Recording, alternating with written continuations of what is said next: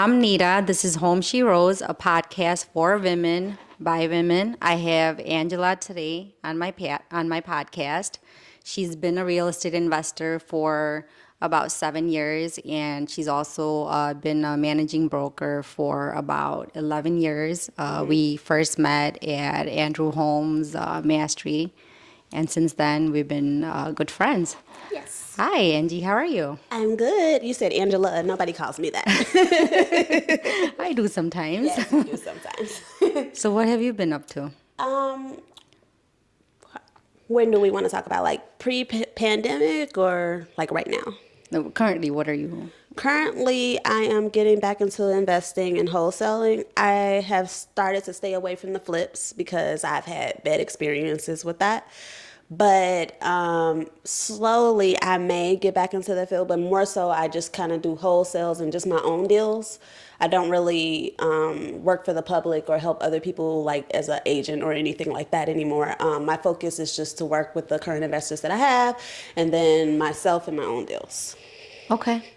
So when you said you messed up on some flips, do you mind sharing Sure. what happened? So the first flip that I did was in 2016. Okay. So everything there, each deal is different. Each deal you're going to have some ups and downs. You're going to learn new things. You're going to figure out how things should be and how things shouldn't be and things like that. But the thing is, you never know what's going to happen. So my first flip, it was successful. I've done 10 successful flips before I had one go bad. So when you've been doing things so well and things go so well, you just assume that everything was just going to keep going like that. So what you find out is later on that if there is a delay and things like that with the contractor, with permits, with plans, you as the investor, you're still responsible. Just because the contractor is slower or, takes their time, I'm still responsible for the mortgage.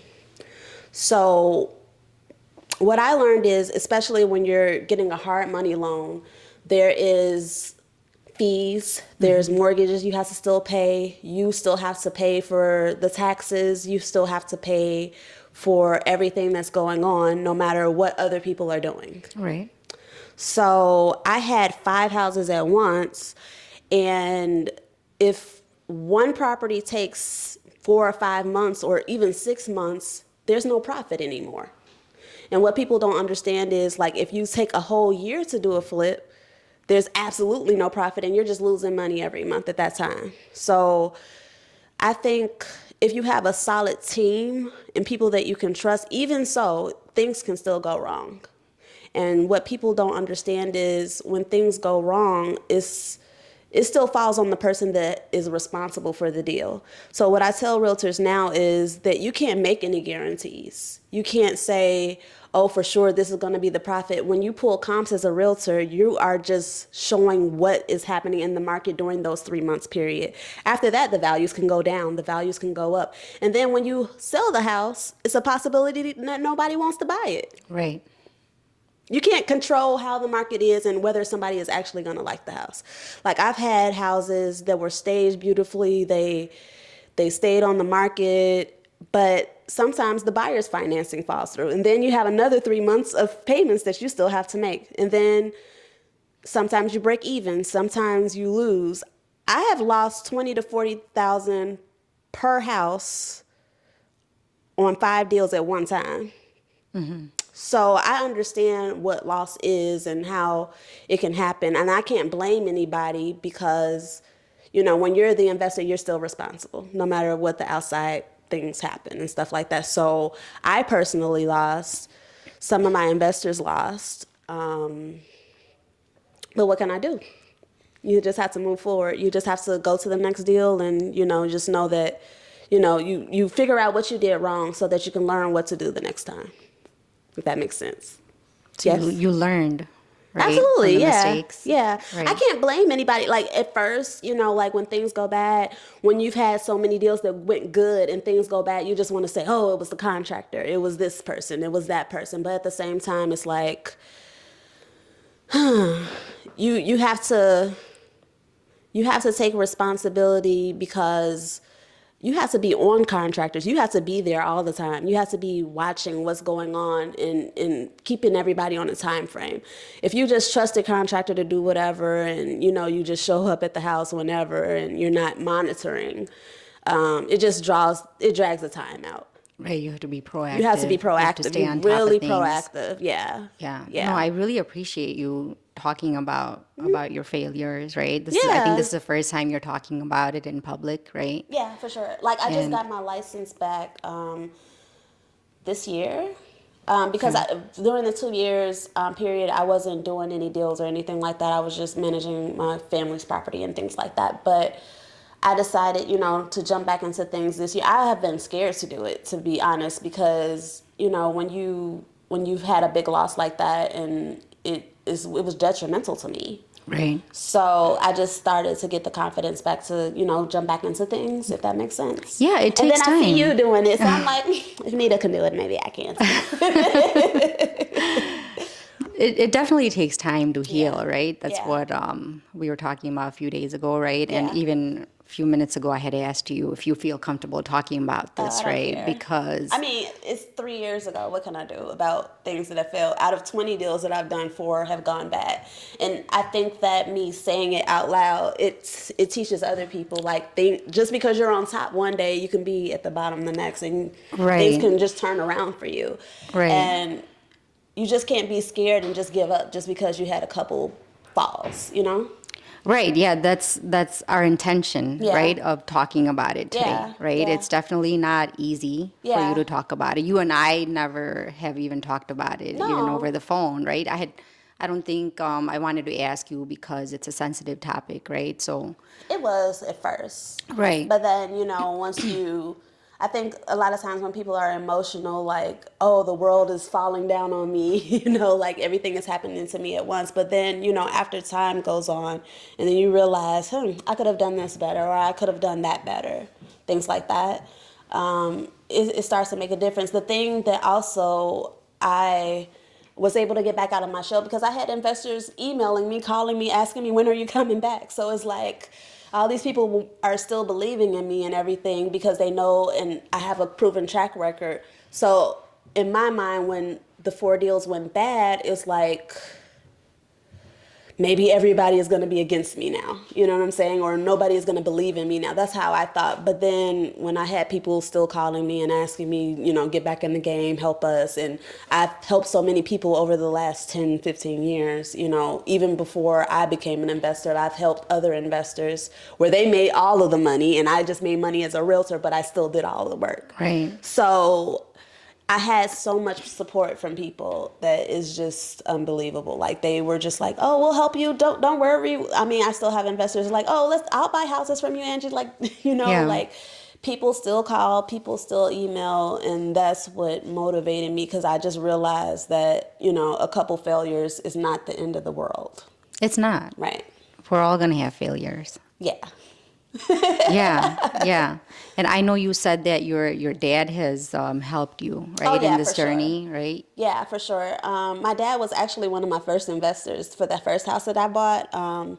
He was the one who loaned me the money to invest in the first house.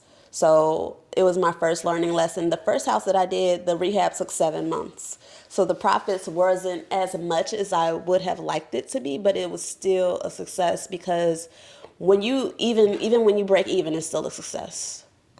It is, because you have Still learned. Yeah. I mean, some deals I've made 80K from, and some deals I've made 0 and I just broke even. So it just really depends. It just really depends on, what the deal is. I always try to buy things where it's enough profit margin to, cover if things happen. And the way the market has changed now, things are starting to get, like 2 years ago, I know if I would have done a flip 2 years ago, one of the houses that I lost, it was sold to somebody else and they sold it for $300,000 2 years later. Mm-hmm. So things changed dramatically in just over a couple of years. The same exact house. I had a house in Flossmoor that I sold. My profit was only about 30K, but the buyer, 2 years later, they sold the house for a 50K profit. So things change.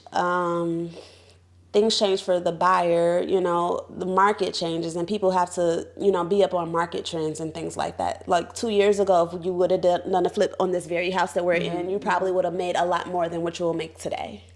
Right, but buying at the right price. Buying at the right price makes a huge difference. It's a huge deal, right? Yeah. Like, for example, this house, right? Yeah. We bought it for 120, Oh, right? that's good.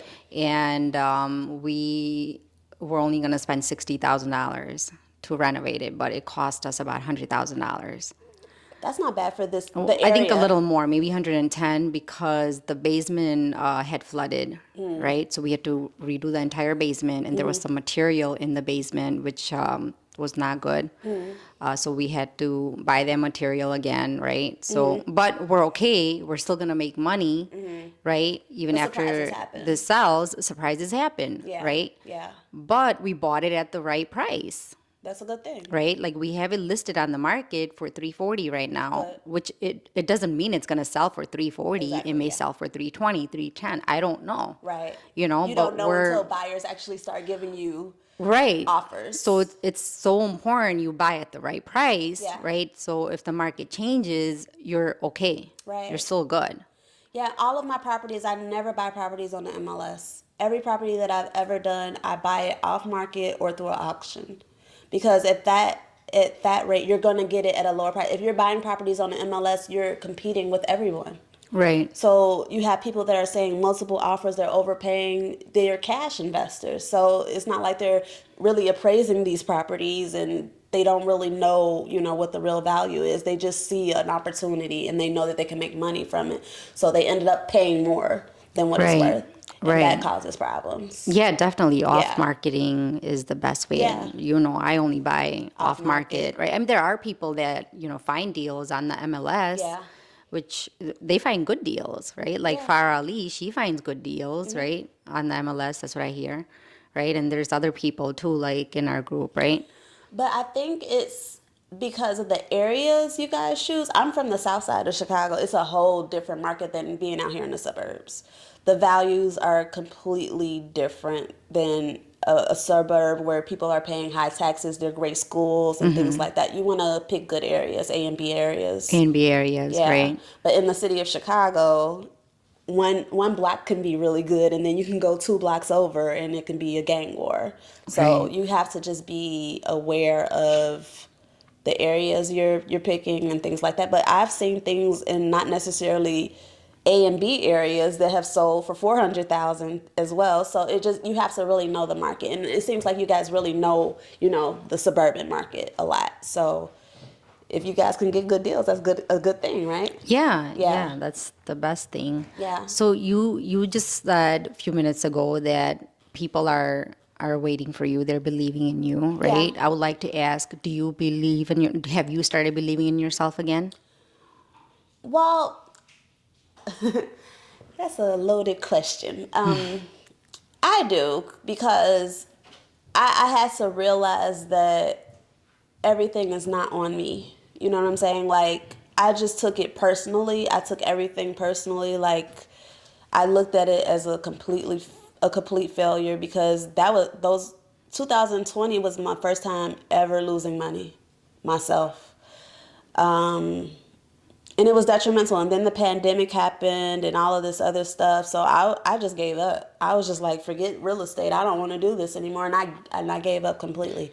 So it took a lot for me to get back in. It took you talking to me. it took me seeing that you were still doing things, and you were, propelling your, I don't know how to say it, but you're out there and you're putting yourself out there, and that motivated me, because I've known you since the beginning of me starting to do investing. So I'm like, well, maybe I should jump back out there again. I've done a couple wholesales this year, but I think that I'm gonna start doing more here and then in other states as well. Okay. Yeah. It's good that you're saying that, like, I motivated you, right? Yeah. Like, I never wanted to be on social media, right? I have to force myself to do social things. Just to be Yeah. honest, like, I really don't like it. Like, people think, like, they see me smiling and happy and stuff, like they think that I like to be out, and no, I don't. I'm really shy, actually. Right, but we don't know who we are going to impact, right? Oh yeah, for sure. Like, I Like a think, lot of people were saying all these people looked up to me and this stuff, and they were wondering what happened and things like that. So that's what motivated me to get right. back in. Yeah, same here. I think Yeah. that's the reason why I'm doing this. Yeah. Like, I never thought I would start a podcast, you know. Yeah. The only reason is so we can empower other women and other people, right? That's my whole purpose of everything, just to help other people and just to educate people on what not to do and what to do. So sometimes with real estate, we want to say, oh, everybody can do it. You can do it. You don't need any money. You don't need any credit. That's absolutely false. You need something. You need either money or credit or to partner with someone who has the experience. It's one or the other. I mean, if you find a good deal, a really good deal, yeah, anybody you will can, buy it. Yeah. Like, I've never had a problem selling anything. Like, even when I purchase at auction or anything, if it's a good deal, people will buy it. People will buy it, but you can also take it on if it's a good deal. True, yeah. Right? Yeah, like, this was similar to what you do, the subject. Right, because then you have some extra cushion, right? Yeah. If, like, let's say you're holding it for longer than expected, Yeah. right? If you thought that, okay, I'm going to be done in 4 months, but it's actually taking you 6 to 7 months, right? You have that extra money, right, to Yeah. pay the holding costs. Yeah, yeah. Do you buy at auction as well, or no? I buy them before they go to auction. Before they go to Yeah. auction. That's smart. Yeah. That's the best way. Yeah. So have you started investing again? This year, yes. Okay. But Yeah. you're partnering with someone, correct? This is one of the partners that I had in the last 7 years. He doesn't live in the United States. He lives out of the country, so he depends on me to go check on his properties. So I've just been doing things with him exclusively, one of my investors, and then I have another investor. You know, everybody wants to send me places to go look at stuff for them and things. I do a lot of consulting now as opposed to actually like my own deals. Okay. So like values and, you know, just advice on what should be done and stuff like that. And then I did do, like I was telling you, a couple wholesales this year, but I haven't jumped into the whole pool yet like you have. If that Well, makes I sense. mean, you're still trying to, Trying to stabilize everything. I'm just Stabilize trying to get and- back into the swing of things. Like, right. I haven't used the MLS in so long, so I'm just trying to figure out, you know, what the market trends are and stuff like that. I'm just trying to learn everything, the lending standards and everything. Interest rates are high now. It's never been this high before. Back then, people could buy a house at 3% interest back in 16 and 17. Mm-hmm. I don't know what the rates are now. 3, 4, 5. Like right now, they're above 7%. They're above 7%. Yeah. So that makes a whole difference on how buyers are going to react to, you know, sellers. Right. Yeah. So what, since you had some failures, right? What message or what learning lessons can you talk about that can help other people? Don't overpay for the house because that'll be your first failure. Once you overpay, that eats into your profit. If you're going to partner with somebody and they're going to fund the whole deal, are we going to talk about that? Like private partners or no? We don't have to talk about that right now. Okay, so what did you ask me?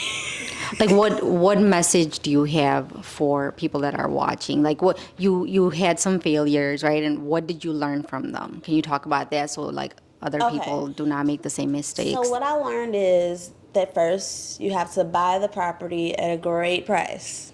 You can't overpay. Secondly, even if you have a qualified contractor, things can still go wrong. Contractors don't even know things until they get into the deal. Like once they start removing walls and things, there's a lot of things that come into play and that increases your budget. A lot of times the budget is sometimes increased more than 10%.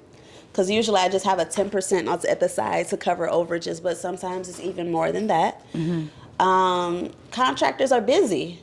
They're working on other projects. They're working on other things. They're working on your house. So sometimes, you know, it gets drawn out, but you just have to be diligent and just make sure you stay on top of things. Okay. But even so, you still can't control what other people do, if that makes sense. So once you do a deal, I think that a lot of times the people, new investors, new flippers, they want to get in the game and they're told that you could do this and you can do that, and there's lenders out there that will lend to you. Yes, there are, but you have to think of all of the interest you're paying just to get a deal done. Right. Yeah, so I've had deals where it was a hard money lender, and I ended up paying $22,000 in just interest. So where's the profit? You know what I'm saying? So you have to be careful. You have to monitor how much interest you're paying. You have to monitor all of your expenses for them. You have to be it's a full-time job to do a flip. Like if you're working full-time and you're doing other things and you're trying to concentrate on other things, you can't do your full due diligence. You have to constantly be on top of everything. I'm sure you know that. I agree with you. Yeah. Yeah. So you said buy at the right price. Buy at the right price. Manage the contractors. Even if right? you manage the contractors, you have to have a backup plan. You know, what if a contractor gets sick and then that costs you a whole month? Mm-hmm. You know, if he's not able to come in and work. So you just have to always have a backup plan. You need to have contracts. You need to don't give contractors money up front until they, show you, what is being done and things like that. Like a lot of contractors will require 20% up front and things like that, and then they'll drag things out. You need to have it in your contract that if you're not done by this time, here's a penalty. And then they'll take you seriously then, Right. So it's a lot of things that you have to do to protect yourself. And it makes a huge difference if, I think on my last deal, like I realized one of the contractors were like purposely just taking their time, and then I got somebody else involved. And then when I got somebody else involved, they straightened up, Sometimes, when they're comfortable with you, they Right. don't take you as seriously. They take you for granted. They take you for granted. Yeah, oh, they take their she'll time be okay. right. Yeah. I've had lenders where I didn't have to pay a mortgage during like the time while it was being, done. We just paid it at closing. But then I've also had lenders where you have to still pay a monthly payment. Right. So it just really depends on what the deal is and things like that. But once you pass 6 or 7 months and haven't put it on the market yet, it's really, the deal is kind of dead after that. Right. I think you mentioned how you had to pay $22,000 interest, right, to a lender. Yeah. I know, like, it adds up. It's a lot, right? Yeah. But, I mean, without it, we can't get the deal done, right? Again, that goes Right. back to buying the property at the right price. Oh, I have right? no problem with the interest. Right. No, I know you have no problem, but I'm just bringing that up Yeah. again to emphasize Yeah. that buy Getting the properties at the right price. Yes. Right. That's the major key. Right. Yeah. I bought a property in Calumet City for $10,000 before. I bought properties for $7,000 before. So it makes a huge difference when you're actually out there looking for off-market deals as opposed to trying to compete with people on the MLS. A lot of realtors are not investor friendly. So just last week, I had someone put an offer in on one of my houses, and it was a hard money loan. The realtor was telling me it's cash. I'm like, hard money is not cash. It's still subject to appraisals and things like that. I think a lot of realtors they have the mindset of, oh, let me get the deal done. This is my client. They're looking for, but they're not educating their clients. Right. Yeah, I think the most important thing is to educate your clients and to let them know the truth. Like, it's a possibility that this can go wrong. No matter how much money you invest, there are legitimate losses, and things can go completely wrong, and you can lose thousands of dollars at any time. So Right. an investment is always a risk. Right. Yeah. So when you're doing multiple projects at the same I time, try not to do multiple anymore. yeah, but you can come across a lot of problems, right, with that. For sure.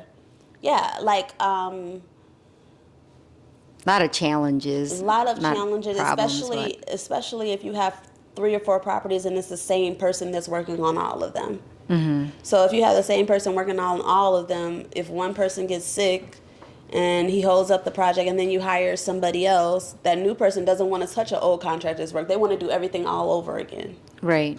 So then you're double paying. So it's important to find people that you trust. Like, this place is beautiful. You had a good contractor. We went through 3 contractors. Oh, really? Yeah. See? I'm being honest See, here. I Like, told you.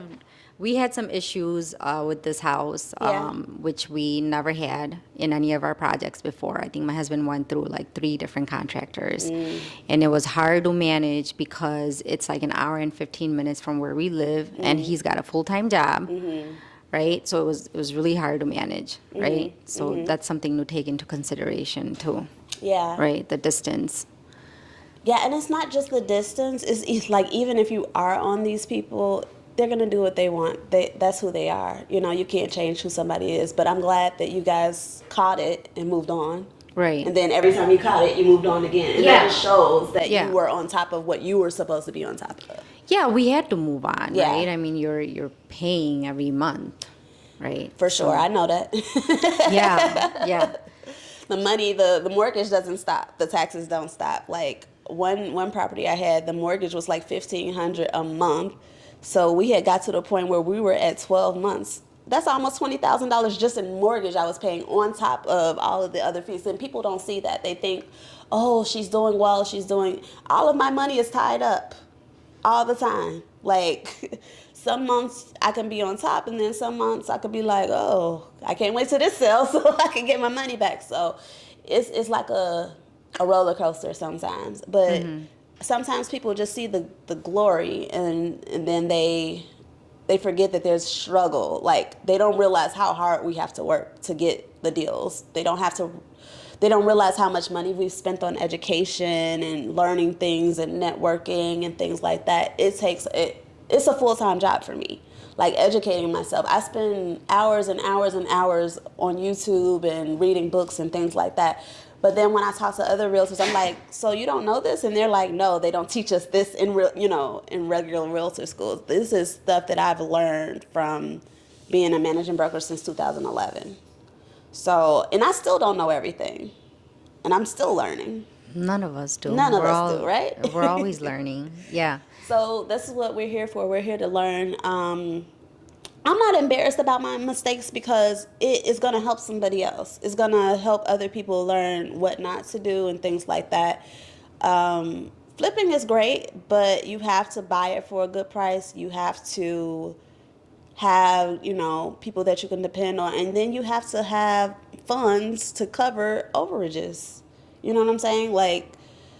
But like you were saying, buying the property at the right price, that makes a world of difference. So It does. Yeah. And thank you for being authentic. It takes a lot of courage to talk about what happened. About failures? Yes, it I'm takes not a lot of embarrassed. courage. Not many people want to talk about it, right? Why not? But you're doing it, so you can help others. Oh yeah, for sure. Right? Yeah. I'm an open book, so I want to do it because it's important that people don't just believe that you could just magically make $50,000. I mean, some people do make $50,000 per deal. I've done it before. So, but they don't see all of the stuff that goes with it. If something goes wrong, I get the blame. You know what I'm saying? So even if you partner with somebody, if they're we're not talking about that.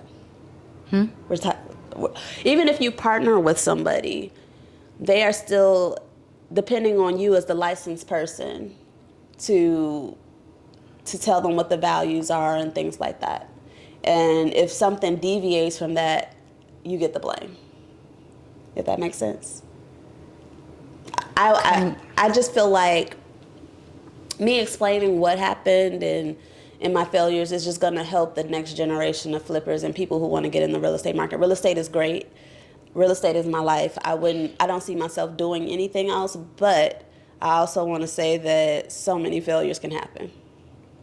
But that's with anything. So Yeah. many failures can happen. Yeah. Right? They have a TV show about flips that goes bad, don't they? I'm not sure. They do. See, Okay. I know it. They do. They have a TV show about how, I have a friend that had a flip. It went past 12 months and the contractor just ran away. And once you get to 12 months, she lost $150,000 by that time. So from hearing horror stories like that, that just makes me just more cautious. It's nothing that you can do about failures. It just makes me more cautious and makes me want to, just be on top of things a lot more. And like I was saying, like in 2020, that was the first time any of my deals went bad.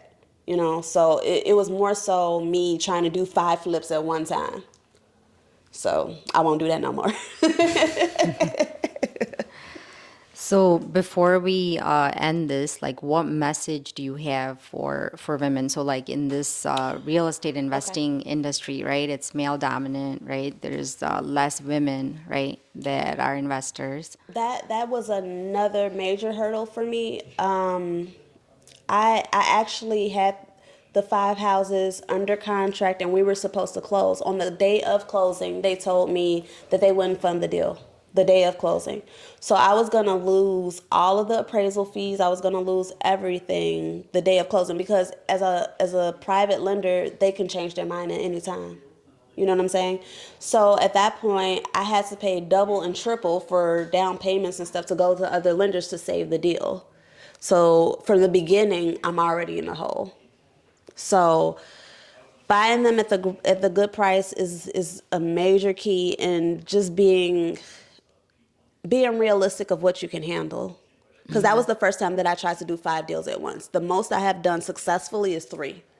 So once I tried to add 2 more, it was just like, you know what I'm saying? So imagine doing 5 deals at once and then having to pay a mortgage for each and every one and all of that. People don't take into consideration all of the fees and everything. And then the only way I made it out of it is because my dad helped me.